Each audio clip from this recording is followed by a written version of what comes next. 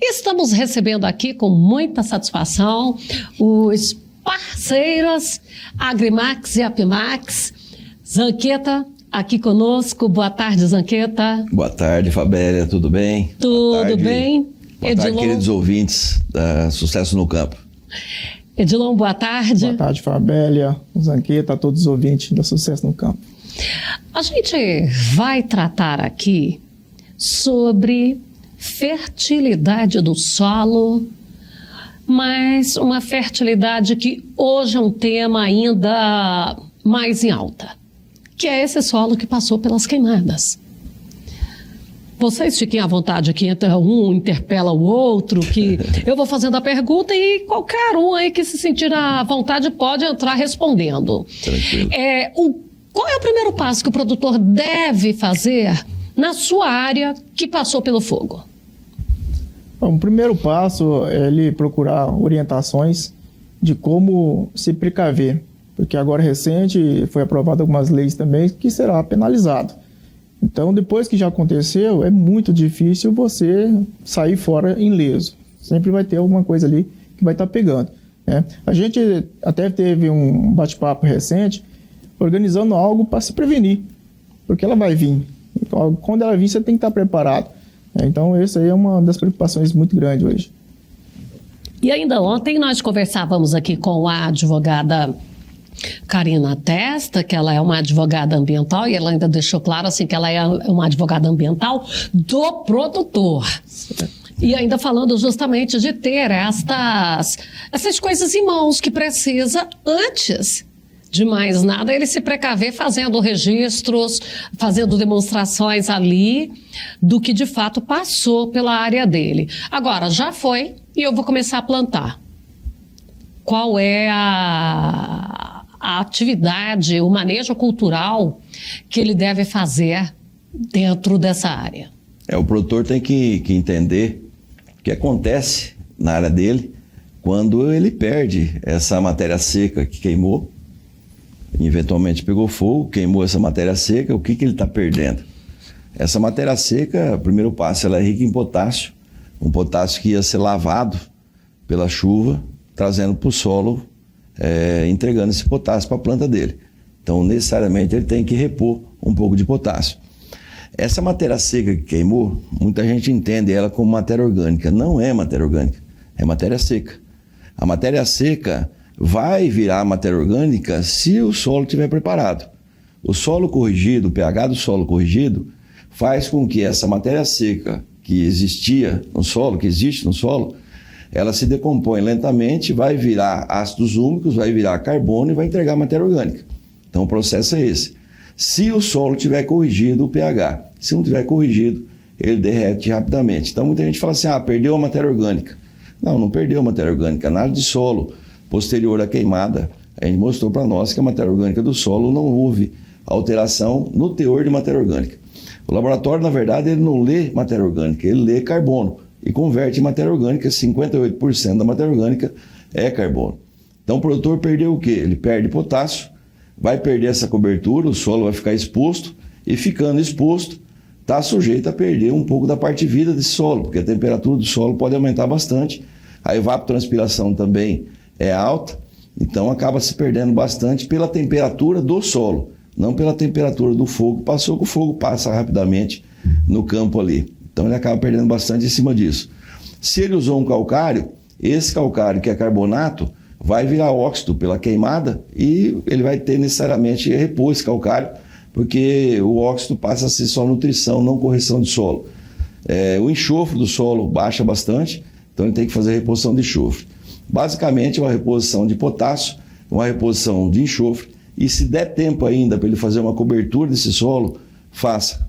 Coloca um milheto que chega rápido, ou uma braquiária, numas áreas que vai plantar mais tardia depois também. Então tem condição de ir ajustando ela pós-queimada, sim, com toda certeza. Quando fala dessa exposição do solo, eu posso também pensar em lixiviação de produtos que eu vou colocar ali em função de uma erosão que pode ocorrer com mais facilidade? Quando você deixa o solo exposto, você está sujeito a tudo, né? Você está sujeito à erosão, você está sujeito a percas por lixiviação bem maior. Um exemplo assim, se você tem uma matéria seca em cima protegendo o teu solo, você tem menos evapotranspiração, você tem menos erosão, você tem menos tudo. Por isso que o plantio direto tem que ser o futuro, é o futuro do produtor. Agora, vamos voltar um pouquinho no tempo. O produtor tem condição clara de ajustar tudo isso antes.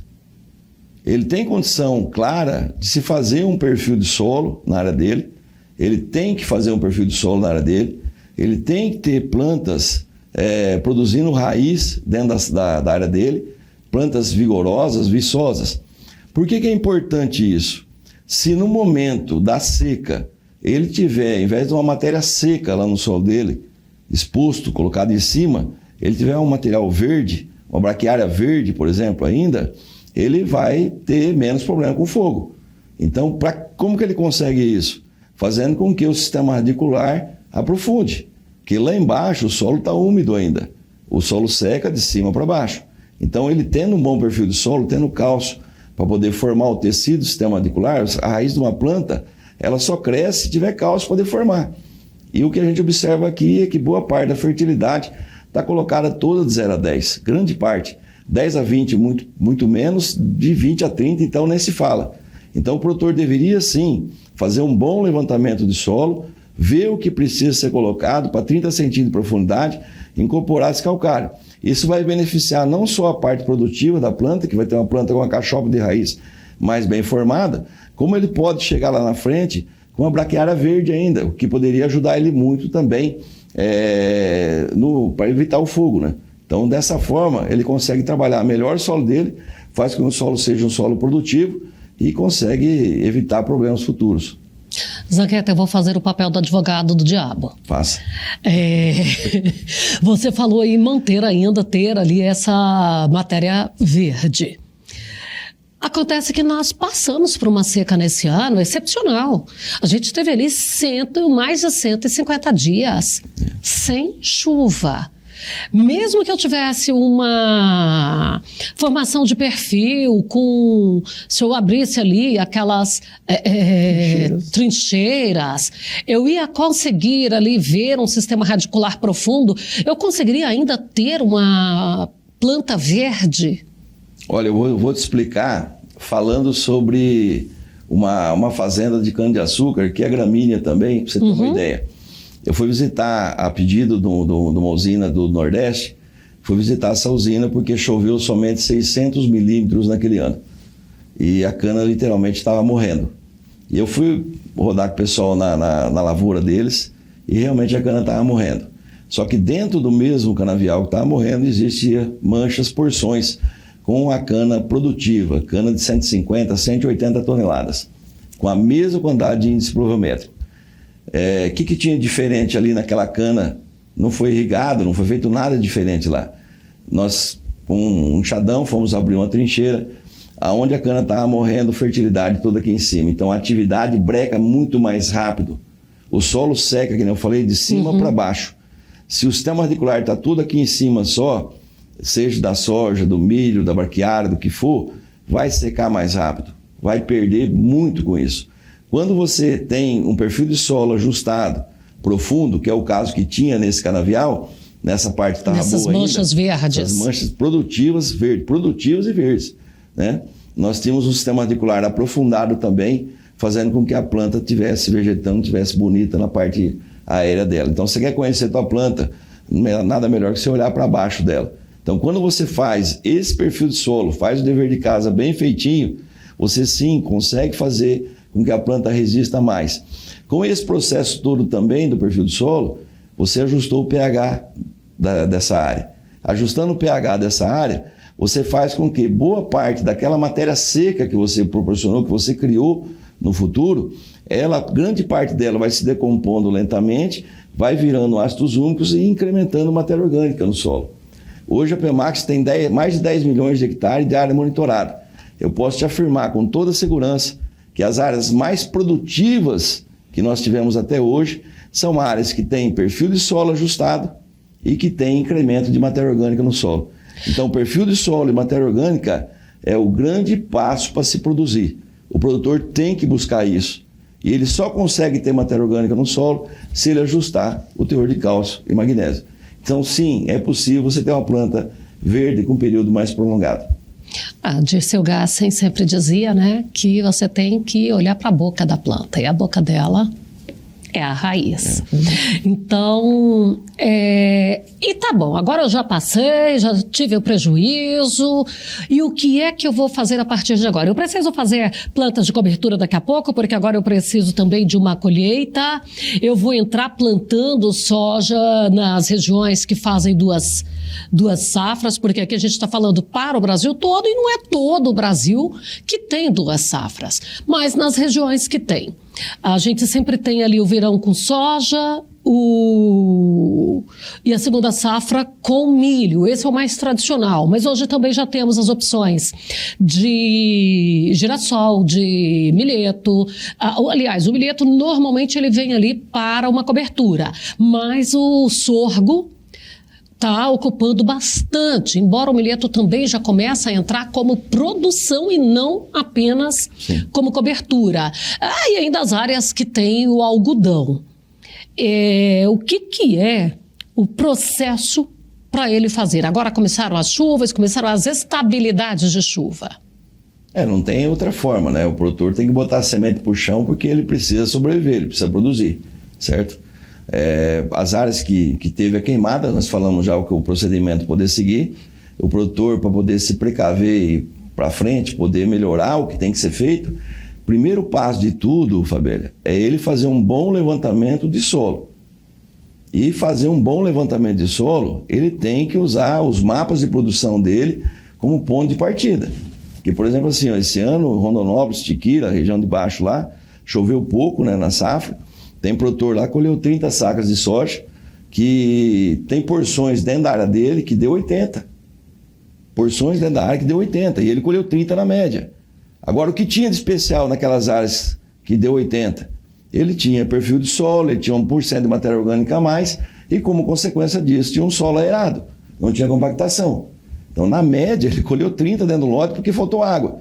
Só que tem porções de 80, na mesma área que faltou água. O que tinha diferente era isso. Então, o produtor que não tem isso, que não tem um bom perfil de solo, ele tem que procurar, primeiro passo, fazer um bom levantamento desse solo, analisar ele, buscar a resposta do que tem de especial naquelas áreas mais produtivas e o que não está legal naquelas áreas menos produtivas, e usar as mais produtivas como espelho para as menos produtivas. E aí ele consegue chegar no caminho. Com mais de 10 milhões de hectares de monitorado, eu volto a falar, o que o produtor tem de especial nas áreas que mais produz? Ele tem perfil de solo e ele tem matéria orgânica. É isso, o segredo é esse. É isso que tem que ser buscado. Agora, primeiro passo, faça um bom levantamento. Estratifica as amostras, 0 a 10, 10 a 20, 20 a 30, poder buscar o que está distribuído, como está distribuída essa fertilidade no solo. Aqui o procedimento na região é usar calcário em superfície, fósforo em superfície. O 0 a 10, você vai analisar, está até sobrando elemento. O 10 a 20, o 20 a 30, aí começa a faltar. Aí se eu tenho uma boa matéria orgânica no meu solo, eu tenho porosidade, eu consigo estar ajustando isso, mesmo soltando em superfície. Se não, eu tenho que interferir pós-soja, fazer uma incorporação, ajustar a área, botar uma cobertura, para poder ter proteção do solo depois. Quando você põe uma grade numa área, você está queimando em torno de 0,4% de matéria orgânica. Então tem esse pormenor também. Mas você tem que buscar ajustar isso para continuar no seu plantio direto depois. Ajuste o perfil de solo, faça crescimento da matéria orgânica, aí você consegue chegar no êxito da sua lavoura. Quando o Zanqueta fala em termos do que fazer agora, eu tive vários casos esse ano na nossa região do produtor comprar uma quantidade bem alta de fósforo. E na verdade não estava precisando de fósforo para a área dele. Então o que vai acontecer? Esse fósforo em superfície, áreas mais baixas, com o teor de argila baixa também, automaticamente ele não vai ter cálcio para se formar raiz, não vai ter magnésio para liberar esse fósforo, e automaticamente ele vai perder produção, porque vai chegar a seca logo na frente, que vai dar quase que uma consequência de uma queimada também. Então ele tem que ter esse levantamento para ele direcionar. Eu tenho uma análise de solo de 4 anos atrás. 4 anos já foi praticamente 8 safras, tem safra e safrinha também. Uhum. As extrações são grandes, são diferentes as manchas. Eu ia até comentar que que o Edilon continuava no estúdio, né? Porque ficamos eu e o Zanqueta aqui conversando. Ele falou, olha, gente, o Edilon continua aqui. Mas o Zanqueta mencionou, e era uma coisa que eu já ia provocar, e você também já veio aí trazendo, é aquela questão de colocar uma grade. Às vezes o produtor não quer colocar a grade para não ter uma perda de matéria orgânica, que vai queimar e tal, mas o solo às vezes está tão compactado que se for fazer esse trabalho só através de plantas de cobertura vai demorar muito. É aconselhável, é como se fosse fazer ali um antibiótico mesmo na veia. Tem hora que é preciso? É preciso. Eu tenho casos de produtores há 12 anos fazendo plantio direto, que o plantio direto veio para favorecer. Mas automaticamente, isso tudo em superfície, se você não teve uma raiz para poder ajudar a descer isso, automaticamente você vai perder produção. Aí nós tivemos que fazer uma intervenção em cima de levantamentos para ele, e falamos, o seu passo agora é você fazer esse perfil. Ah, mas eu tenho que mexer com grade? Eu falei, é um passo mais rápido, porque gramínea você vai levar uns 3 anos talvez para você conseguir isso aí. E ele fez esse passo atrás. Só que é uma área que você tem que ter muita atenção. Porque se for uma área que você começar a plantar no início, ainda está seco, você corre risco de perder plantas, dar elasmo, enfim, vários outros problemas que podem ocasionar. E não pode ser uma área a última a ser plantada, porque senão você tem muita umidade, automaticamente você não consegue plantar. Então tem que ser uma área que você está em observação. Deu capacidade de campo, você vai e planta ela. Você vai ver que você vai ter um incremento de produção. E automaticamente, você dando esse passo atrás de 12 anos, voltou atrás, você faz perfil, você vai vários anos para frente fazendo a manutenção certa. Tem umas imagens aqui, vamos colocar aqui para a gente estar falando. Ali é o mapa de produção que você mencionou, correto? Isso, a Pemax nós conseguimos já... A Pemax existe há 25 anos, né? Nós conseguimos chegar no mapa de produção. Nós temos um software único no planeta, ninguém tem o que nós temos. Nesse software, nós conseguimos localizar onde estão as manchas produtivas dentro da área do produtor. Para que isso que é importante? Porque numa área que ele colheu lá 70 sacos de soja, tem porções de 120, 110, 100... E tem porções de 40, 50. Ali, inclusive, nesse mapa, a gente está vendo ali uma situação de compactação. Isso. É muito importante buscar as respostas do fator pelo qual aquela mancha está existindo ali e, assim, você tem condição de sanar ela e ter um mapa mais homogêneo, como está mostrando agora na próxima slide, na próxima imagem aí. Né? Objetivo grande, o que é? Homogeneizar a área. Qual outra forma você tem de homogeneizar uma área se você não buscar o levantamento em cima das manchas que existem? Essa imagem aí parece que é o Saci Pererê. É quase parecido com ele, tem uma perninha meia manga lá, né? Na verdade, você pegar essa imagem ali, é uma área de um produtor que ele tinha uma variável ali dentro de 1,6 de matéria orgânica até 5,1. O que acontece dentro dessa área ali? Ele tinha lugares tão com matéria orgânica alta que se você observar nessa imagem ali, ó, nós fomos com o mapa de matéria orgânica dentro da lavoura instalada de safrinha, guiado pelo mapa de matéria orgânica. Olha o enraizamento onde está. Eu amo essas imagens de... E foi imagem natural, porque aí nós não preparamos para fazer isso aí. O produtor estava colocando pivô na fazenda e eu usei para poder ver. Tinha raiz aí de 1,62 m cortada com a lâmina da máquina. Então, ou seja, na literatura tem 1,80 m, 1,82 m tem na literatura. Nós encontramos 1,62 m cortado. Então, tem certeza que está para baixo. Quando você olha essa imagem ali, ó, da direita para a esquerda, 4,8% a 5% de matéria orgânica. Essa área foi sem ureia. O que chama atenção quando você tem matéria orgânica no solo? Automaticamente você tem o N disponível para a planta. E ela está mais além ainda. Já tem usinas hoje que pagam mais caro a tonelada de cano para o produtor se ele não usar ureia ou usar menos. E sim incrementar a matéria orgânica. Olha a importância que está chegando nesse nível. Que o Zanqueta pode até complementar mais aí. Esse teor ali, por que acontece isso? O produtor, ele ganha um brinde em cima da matéria orgânica, né? Cada 1% de matéria orgânica, que tem 58% dela em carbono, cada 1% de matéria orgânica, o produtor ganha durante um ano, 365 dias, ganha 50 quilos de nitrogênio. Disponibiliza, ele ganha isso. É um brinde, né? O ciclo do milho fica lá no campo, lá em torno de 1/3 do ano. Então a gente considera em torno de 17 quilos. Se eu tenho 5% de matéria orgânica, é só você fazer a conta. Eu tenho 17 quilos de nitrogênio para cada 1% de matéria orgânica, 5%. Eu vou de 5 vezes 7,35, eu tenho 85 quilos de nitrogênio. Aí se divide por 0,75, que precisa de 750 gramas para cada saco, você vê para quando você pode chegar de produção sem colocar uma grama de nitrogênio, sem colocar nada. Então você tem uma disponibilidade alta de nitrogênio ali pela matéria orgânica. Fora de todos os outros benefícios da matéria orgânica, crescimento do sistema radicular, menos desviação, manter umidade no solo, disponibilidade de elemento, maior solubilidade de elemento, a parte de vida do solo está ligada à matéria orgânica. Fora todos esses benefícios, o produtor ganha ainda também o nitrogênio. Se eu pegar a cana-de-açúcar, como o Dilon citou o exemplo, eu tenho durante um ano, que a cana fica todo ano lá, cada 1% eu tenho 50 quilos de nitrogênio sendo entregue. Ou seja, dá em torno aí de 110 quilos de ureia para cada 1% de matéria orgânica que eu tenho. Se eu tenho 5%, você multiplica isso por 5. Então a quantidade é muito grande. Então ele precisa trazer essa matéria orgânica para cima. Qual a forma de trazer essa matéria orgânica para cima também, né, Fabiola? Que é interessante isso, né? Porque está lá embaixo ou alguma coisa nesse sentido. E outro detalhe, o Edilon mencionou aqui o magnésio. A gente fala muito de calcário, de fósforo, de enxofre, aliás, e aí os micronutrientes. Porque às vezes o produtor acha que por ser micro, ele não tem grande relevância. Eu vou dar uma pincelada rápida aqui sobre os elementos e as funções dele na soja, que é a principal cultura nossa aqui, tá? Cálcio. Cálcio é um macroelemento secundário, magnésio é um macroelemento secundário, o enxofre também é um macroelemento secundário. Cálcio, magnésio, você encontra onde? No calcário. Qual o calcário que mais tem magnésio? Dolomítico. A gente, quando analisa um solo, a gente trabalha muito em cima de equilíbrio de elemento, fazendo com que um elemento libere o outro. Então, por que eu tenho que ter cálcio no meu solo? Primeiro passo, para crescer o sistema radicular. Que nem eu falei, o tecido do sistema radicular para poder ir crescendo, ele precisa de cálcio para poder formar, senão não forma.